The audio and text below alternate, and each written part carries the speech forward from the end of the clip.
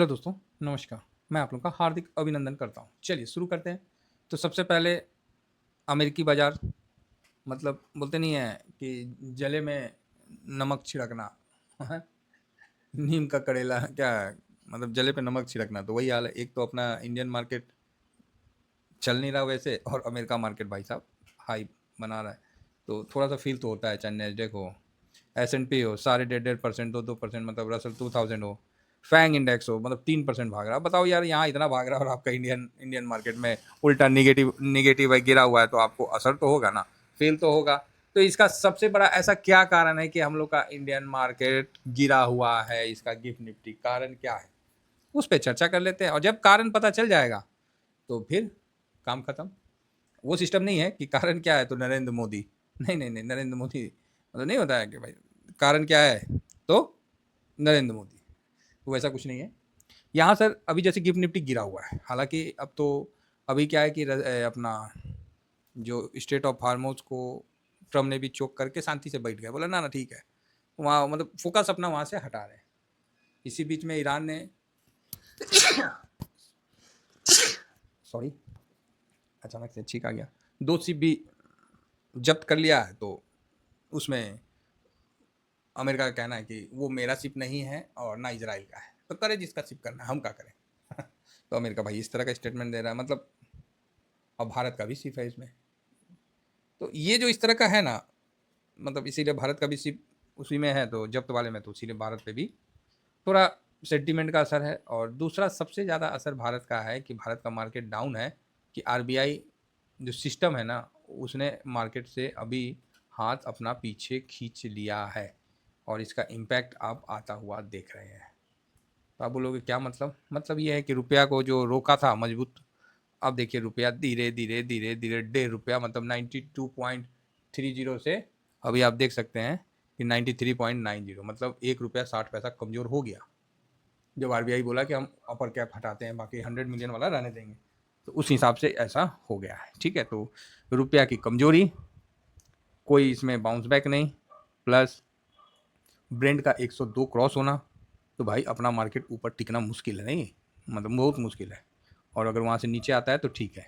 हालांकि अभी जो फ्यूचर है डाउजोन का, वो भी 3% माइनस है। मतलब इन यूएस मार्केट जब चलेगा तो ट्रम्प भी सब कुछ अच्छा अच्छा बोलेंगे, अच्छा अच्छा करेंगे। जैसे यूएस मार्केट बंद हो गया, फिर ट्रम्प कुछ ना कुछ चाहे कोई ना कोई एक्शन हो जाता है, तो ठीक है। और नैस्डैक भी हल्का माइनस है। तो चलो ये बढ़े हुए हैं तो गिर रहे हैं, हम लोग तो अभी उतना बढ़े भी नहीं और हमारे पे दबाव पूरा है।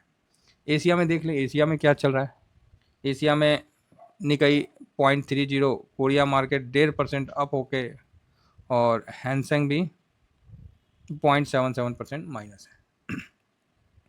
तो इस प्रकार का चल रहा है। अब तो ऐसी अवस्था में हो गया है कि अब तो मतलब साफ तौर पे ये एक ट्रेडिंग एक्टिविटीज होगी जिस दिन युद्ध का उस तरह से होगा, तो मतलब साफ तौर पे तो इस प्रकार का चल रहा है। तो ठीक है, बाकी डाटा पॉजिटिव नहीं है ना। तो कल तो डाटा पॉजिटिव था, तब भी निगेटिव हुआ, तो आज तो डाटा निगेटिव ही है। एफ ने बिकवाली किया है कैश में, ठीक है, 2078, और डी ने भी बिकवाली किया 1048, तो बढ़िया है।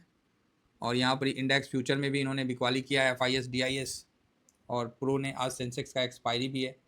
तो यहाँ FIS का जो फ्यूचर में पोजीशन है वो 21.72% है। DIS का जो पोजीशन है वो 74.93 पोजीशन है। पब्लिक का जो पोजीशन है वो कल बढ़ा है 71.69%, और प्रो का जो पोजीशन है कल ये घटा है 50.10, कल ये 4% माइनस हुआ है। DIS हल्का माइनस हुआ है। FIS हल्का मतलब 1% के आसपास माइनस हुआ है, और पब्लिक में कल खरीदारी हुई है। तो ये कारण है कि आपको ये डाटा निगेटिव दिख रहा है। तो कल पॉजिटिव दिख रहा था, आज निगेटिव दिख रहा है। एक दिन में ही ऐसा बदल जा रहा है कि हम आपके हैं कौन। अब आप सोचोगे कि आप नहीं बदलोगे तो भी दिक्कत है, तो थोड़ा सा देख लेते हैं। इसीलिए मेरा विचार था कि 24,400 के वो नीचे आया तो हल्का सा कैश फ्री कर लीजिए। तो जिन्होंने किया है ठीक है, नहीं किया तो कोई बात नहीं, है ना। यहाँ ऐसा नहीं है कि बहुत बड़ी गिरावट दिख रही है, बस ये है कि मजबूती के लिए कोई आधार नहीं मिल रहा है। अब हम आगे आते हैं। तो डाटा तो निगेटिव है। अब थोड़ा सा लाइव मतलब इसमें देख लेते हैं पीई का डाटा क्या है। तो पीई जो है वो 21.28 पे आ गया है।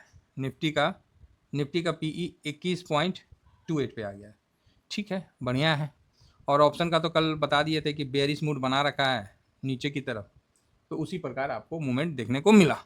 ठीक है, ये जो बेयरिश मूवमेंट बना रखा था कि इस तरफ बाइंग और इस तरफ, तो आपको नीचे की तरफ खींचेगा, लेकिन 24,000 नहीं तोड़ेगा, समझ गया ना।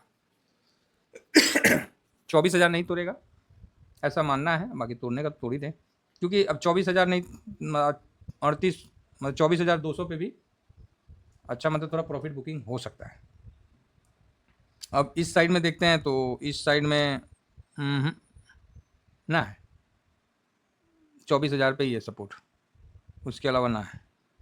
चलो ठीक है, पता तो होना चाहिए हर चीज़ का, मतलब थोड़ा सा पता होना चाहिए। अब इसी बीच में आ जाते हैं, डॉलर इंडेक्स 98 पे है और सिल्वर यहाँ पर इस 77 से नीचे चला गया, 1000 पॉइंट नीचे 1.084 पॉइंट नीचे चला गया, तो 1.3936% डाउन है। गोल्ड जो है वो भी माइनस में है, 0.35 माइनस में है, तो ठीक है, गोल्ड भी आपको माइनस दिख रहा है, थोड़ा सपाट कार्यक्रम है।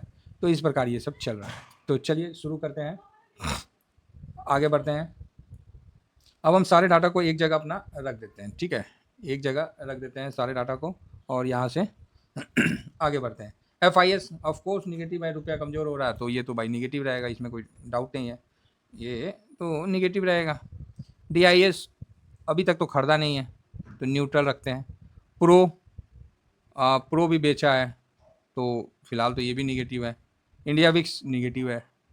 PCR न्यूट्रल है। सेंटीमेंट है तो निगेटिव, सेंटीमेंट तो निगेटिव है, लेकिन चलो इतना फास्ट चेंज हो जाता है तो थोड़ा सा न्यूट्रल रखते हैं, लेकिन है निगेटिव। गोल्ड भी हल्का डाउन दिखेगा, हल्का। क्रूड ये तो फर्स्ट क्लास निगेटिव है। US मार्केट ये न्यूट्रल, रुपया negative, dollar index positive, PE neutral.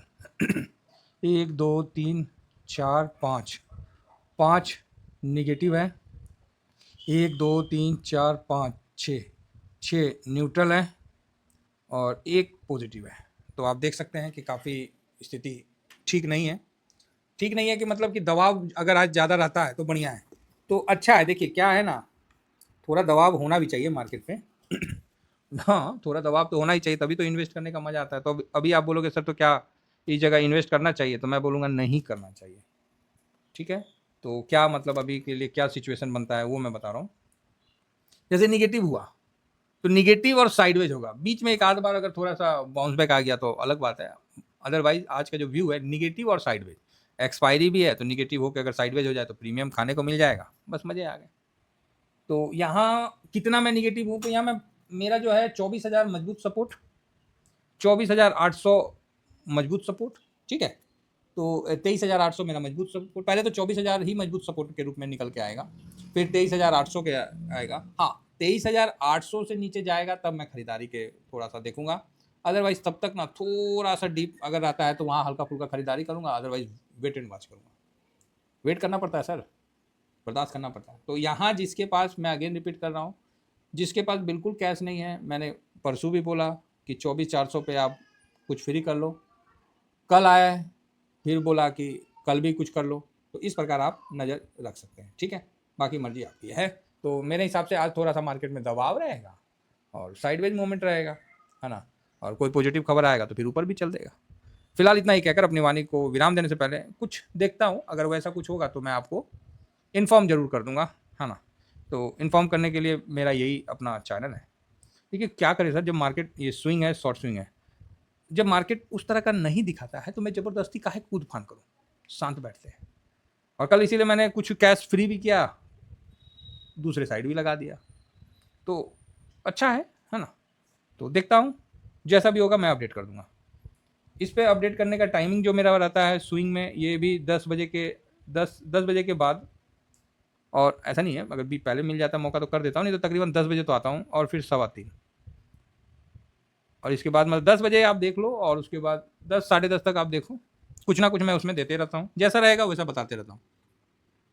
Short swing में सेम है, 10 बजे से पहले मैं अगर कुछ बनता है तो देता हूँ, नहीं बनता है तो सॉरी सर नहीं देता हूँ। आप ही बताओ ना, 3 दिन से आप कहाँ बना लेते पैसा, 3 दिन से कहाँ पैसा बन जाता है, मार्केट ऐसे लटका के रख दिया। तो कोई नहीं, और ऐसे भी हम लोग 23,850 23,900 के बीच में प्रॉफिट बुक किए थे, तो ज़्यादा फ़र्क नहीं पड़ता है, ठीक है। लेकिन हाँ, ये है कि ये तेज़ी अभी एक्सटेंड होनी चाहिए, यहाँ रुकना का कोई मतलब नहीं बनता है। लेकिन रुपया की कमज़ोरी जिस प्रकार चल रही है, वो मतलब मार्केट को विचलित कर रही है और एफआईएस को फिर से वापस से अपने रुख पे आने पे मजबूर कर दिया। तो यही बात है।